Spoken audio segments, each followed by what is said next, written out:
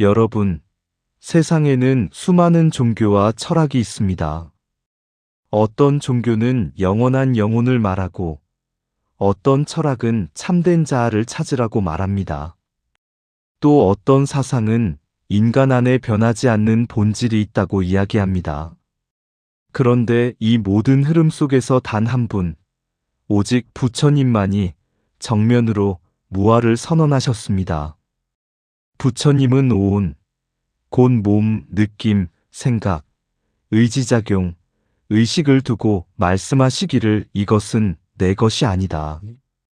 이것은 나가 아니다. 이것은 나의 자아가 아니다. 라고 하셨습니다. 즉, 여기서 이것은이란 우리가 나라고 착각하는 몸과 마음의 요소들, 곧 오온을 가리킵니다. 초기 경전인 무아의 특징경에서 부처님은 이 오온 전체가 무아임을 설하시며 우리가 집착하는 자아가 실체가 아님을 분명히 하셨습니다.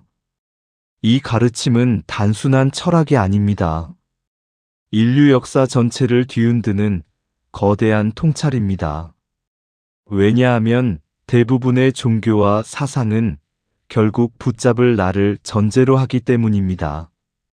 하지만 부처님은 그 붙잡는 대상 자체를 해체해 버리셨습니다. 마치 사람들이 모두 그림자 속에서 보물을 찾고 있을 때 부처님만 그 그림자 자체가 실체가 아니다라고 말씀하신 것과 같습니다. 그런데 여러분, 왜 이 무아의 가르침은 그렇게 특별하고 어려운 것일까요? 그 이유는 무아가 단순히 머릿속에서만 따져보는 추상적인 생각이나 철학적 주장으로 이해되는 것이 아니라 우리 삶을 이루는 모든 현상을 깊이 관찰할 때 비로소 드러나는 진실이기 때문입니다. 부처님께서는 무아를 설명하시기 위해 먼저 무상과 괴로움을 통찰하도록 이끄셨습니다. 여러분, 무상은 비교적 이해하기 쉽습니다. 젊음은 늙음으로 변합니다. 건강은 병들므로 변합니다. 만남은 헤어짐으로 변합니다. 봄꽃도 잠시 피었다가 떨어집니다. 우리는 그것을 보며 말합니다. 아, 세상은 참 무상하구나. 라고 말합니다. 괴로움도 비교적 분명합니다. 사랑하는 사람과 이별할 때 괴롭습니다. 미운 사람과 만나도 괴롭습니다. 원하는 것을 얻지 못해도 괴롭습니다. 그래서 사람들은 종교가 달라도 고통을 이야기할 수 있습니다. 철학자들도 인생의 허무와 괴로움을 논할 수 있습니다. 하지만 무아는 다릅니다. 무상은 눈에 보이고 괴로움은 체험되지만 무아는 매우 미세하여 지혜가 없으면 보이지 않습니다. 왜냐하면 사람은 본능적으로 나를 붙잡기 때문입니다. 몸을 보고 나라고 하고, 감정을 보고 내 마음이라고 하고, 생각을 보고 내 생각이라고 합니다. 그러나 부처님은 말씀하셨습니다. 만일 몸이 진정한 자아라면 몸은 병들지 않아야 한다. 내 몸아 이렇게 되어라라고 마음대로 할 수 있어야 한다. 하지만 우리는 몸 하나도 마음대로 하지 못합니다. 늙지 말라고 해도 늙고 병들지 말라고 해도 병듭니다. 느낌도 마찬가지입니다. 즐거움은 오래 붙잡아 둘 수 없습니다. 생각도 계속 변합니다. 마음도 하루에도 수십 번 바뀝니다. 부처님은 바로 이것을 통찰하셨습니다. 무상이기 때문에 괴롭고 괴롭기 때문에 진정한 자아가 될 수 없다는 것입니다. 초기 경전에서 부처님은 반복해서 말씀하십니다.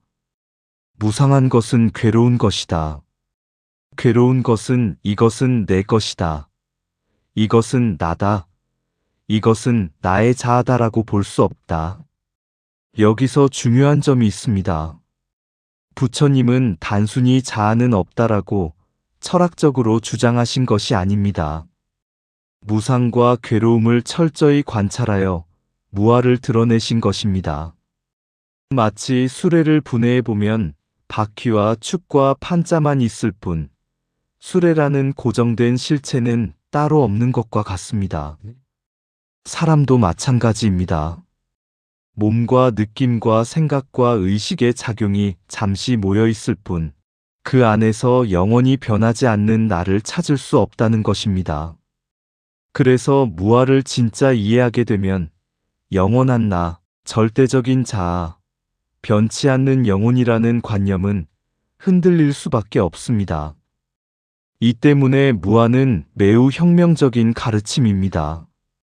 세상은 대부분 나를 완성하라고 말하지만 부처님은 붙잡는 그 나가 괴로움의 시작이라고 보셨습니다. 마치 꿈속에서 보물을 붙잡으려 애쓰는 사람에게 부처님은 먼저 이것이 꿈인 줄 알아야 한다고 말씀하신 것과 같습니다. 다른 종교와 철학에서도 무상과 괴로움은 어느 정도 이야기할 수 있었지만 무아를 정면으로 밝힌 분은 오직 부처님 뿐이었습니다. 바로 이 점에서 불교의 독창성과 깊은 지혜가 드러납니다. 정리해 보겠습니다. 여러분, 부처님의 위대함은 단순히 도덕을 가르친 데 있지 않습니다. 착하게 살아라, 남을 해치지 말라는 가르침은 다른 종교에도 있습니다. 무상과 괴로움을 이야기한 철학자들도 있었습니다.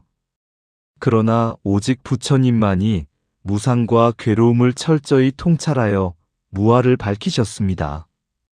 이 무아의 통찰은 다른 종교와 철학이 전제하는 영원한 자아를 근본적으로 해체하며 집착의 뿌리를 끊는 길을 보여줍니다. 우리가 괴로운 이유는 세상이 변하기 때문만이 아닙니다. 변하는 것 속에서 나와 내 것을 붙잡으려 하기 때문입니다. 모래를 움켜쥘수록 손가락 사이로 빠져나가듯이 집착할수록 괴로움은 커집니다. 하지만 무아를 바르게 이해하면 마음이 달라집니다.